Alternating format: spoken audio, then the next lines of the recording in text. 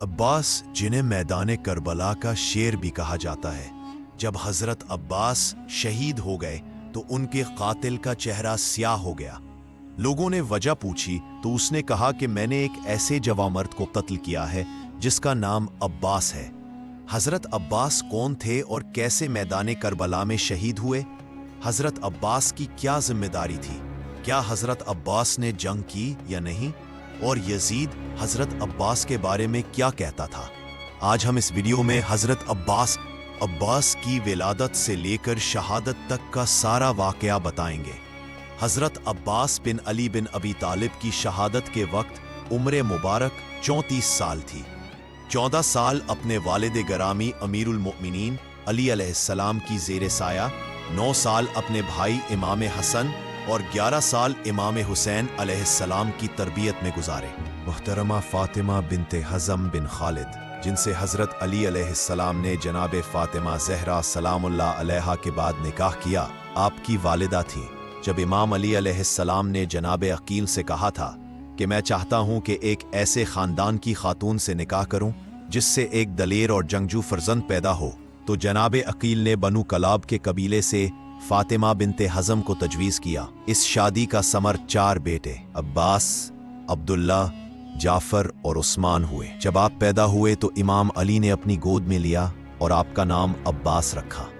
आपके कानों में अज़ान व इक़ामत दी, फिर आपके बाजुओं को चूमा और रोने लगे तो फरमाया कि ये मेरे बेटे के दोनों बाजू हुसैन की मदद में कट जाएंगे और अल्लाह ताला उनके बदले जन्नत में उन्हें पर अता करेगा। हजरत अब्बास ने अपने चचाजाद भाई उबैदुल्ला बिन अब्बास की बेटी लबाबा से शादी की थी, जिनसे 2 बेटे उबैदुल्ला और फजल पैदा हुए।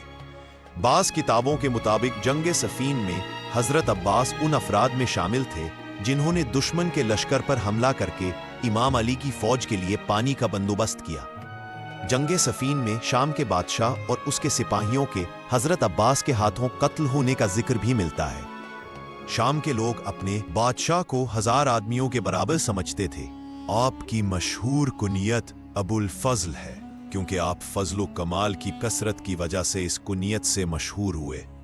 आपका मशहूर लक़ब कमर बनी हाशिम था, क्योंकि हजरत अब्बास निहायत नूरानी चेहरे के मालिक थे जो आपके हुस्नो जमाल की अलामत था। मुश्किल वक्त में हाजात के पूरा होने के बारे में मुतअद्दिद वाक़यात लोगों में मशहूर हैं। यहाँ तक कि गैर शिया और गैर मुस्लिम भी हाजत रवा होने के लिए हजरत अब्बास से रुजू करते हैं। शिया अकीदे के मुताबिक आइमा की औलाद में हजरत अब्बास बिन अली का मकाम और मर्तबा बहुत बुलंद है और उन्हें बाबुल हवाइज कहा जाता है। अभी कभी कभी कोई बेलाना ना। हजरत अब्बास से मुतल्लिक जो रसूमात हैं उनमें से एक अलम निकालना। इमाम हुसैन अलैहिस्सलाम की अज़ादारी में हजरत अब्बास की याद में अलम निकाला जाता है, क्योंकि हजरत अब्बास लश्कर हुसैनी के अलम बरदार थे। 2 सकाई पानी पिलाना। अज़ादारी के अय्याम में जुलूस में शरीक अफराद को पानी और शरबत पिलाया जाता है। 3 हजरत अब्बास की कसम खाना। बाज़ शिया और अहले सुन्नत के हल्के हजरत अब्बास के नाम की कसम खाते हैं। बाज़ ने नकल किया है कि इख्तिलाफात ख़त्म करने के लिए हजरत अब्बास की कसम खाई जाती है। बाज़ बादशाहों ने अपने वादों और मुआहदों को हजरत अब्बास की कसम से मजबूत किया। बाज़ ने आपके नाम की कसम खाने की वजह आपकी शुजाअत, वफादारी, गैरत, अदब और जवान मर्दी को करार दिया है। एक वजीर दिफा इराक से मनकूल है कि अहमद हसन अल बकर, सद्दाम और दीगर अफराद एक वादा लेना चाहते थे और उसे खयानत से महफूज बनाने के लिए कसम लेना चाहते थे। अब्बास के हरम जाकर कसम खाने का फैसला हुआ। पंजाब बाज़ इलाकों में अलम के ऊपर पंजा रखा जाता है, जो हजरत अब्बास के कटे हुए हाथों की अलामत है। चूंकि पंजे में 5 अंगुलियां होती हैं, इसलिए बाज़ जगह इसे पंजतन पाक की अलामत समझा जाता है। 9 मुहर्रम को मैदान करबला में जब दुश्मनों ने जंग की तैयारी की तो इमाम हुसैन अलैहिस्सलाम के हमराह हजरत अब्बास दुश्मनों के पास गए ताकि एक रात की मोहलत मांग सके, ताकि अल्लाह से राजो नियाज कर सके।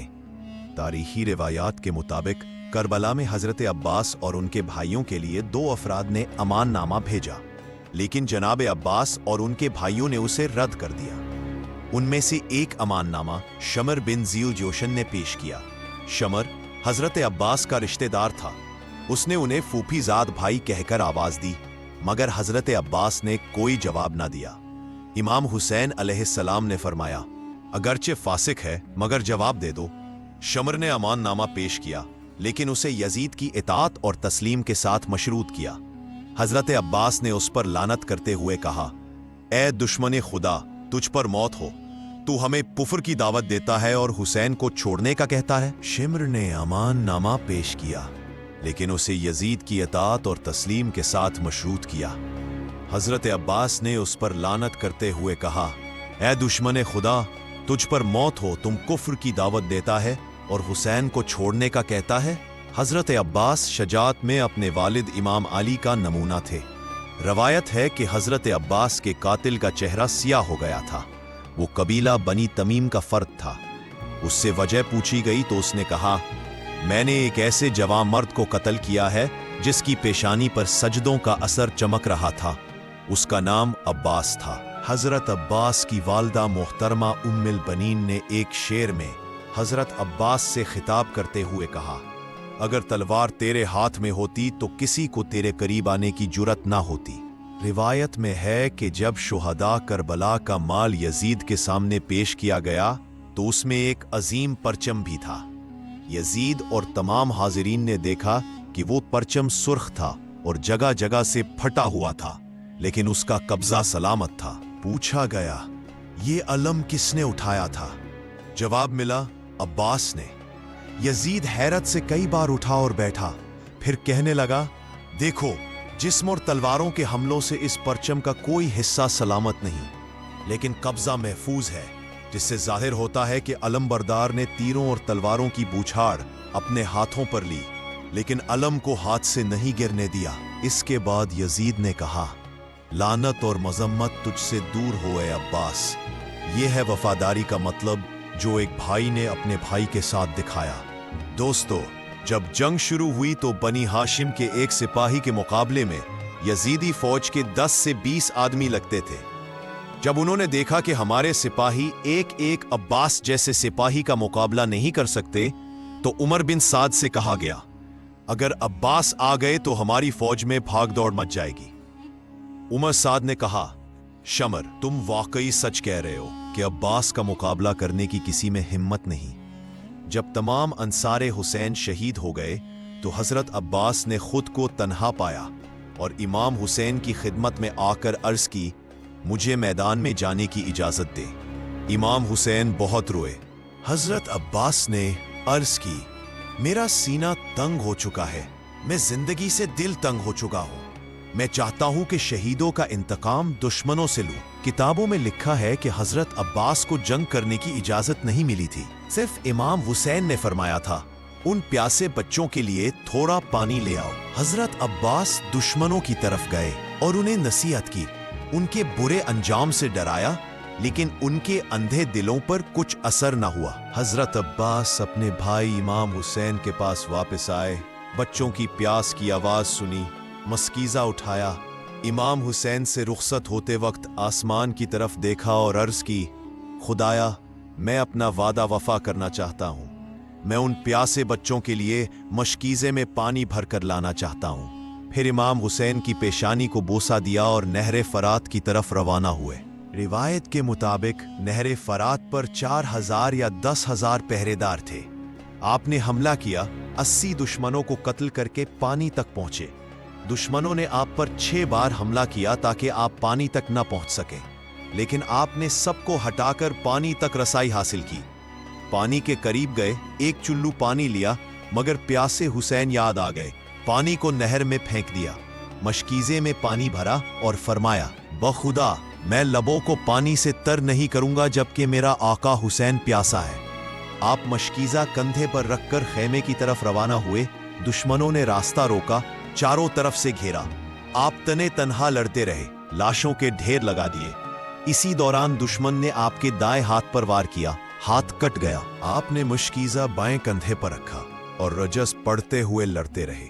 बखुदा, अगरचे तुमने मेरा दायां हाथ काट दिया है, मैं दीन की हिमायत करता रहूंगा। दुश्मनों ने हमला किया।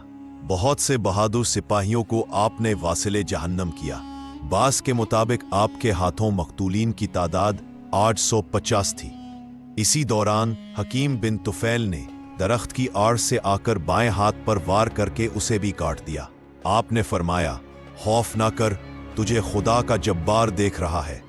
जब दोनों हाथ कट गए तो आपने मशकीज़ा दांतों से पकड़ लिया और हिम्मत की कि खैमे तक पहुंच जाए। इतने में एक तीर मशकीज़े पर लगा, पानी बह गया। दूसरा तीर आपके सीने पर लगा, आप जमीन पर गिर पड़े। इमाम हुसैन अलैहिस्सलाम हजरत अब्बास के सरगाने आए। खून में डूबा हुआ जिस्म देखा। आपका चेहरा तीरों से छलनी था, दोनों हाथ बदन से जुदा थे, आंखों में तीर पीवस थे। इमाम हुसैन ने गिरिया किया। इस पर गिरिया किया जाए जिसका भाई हुसैन और वालिद अली हो। हजरत अब्बास अभी जिंदा थे।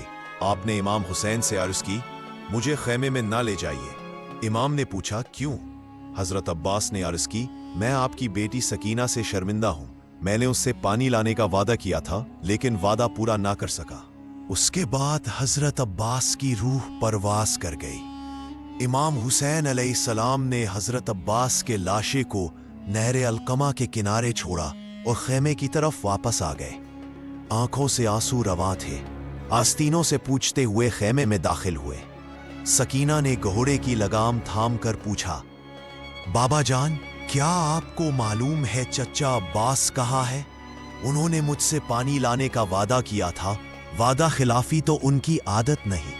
इमाम हुसैन ने रोते हुए फरमाया, ऐ मेरी बेटी, तेरे चचा अब्बास शहीद हो चुके हैं और उनकी रूह जन्नत की तरफ परवास कर गई है।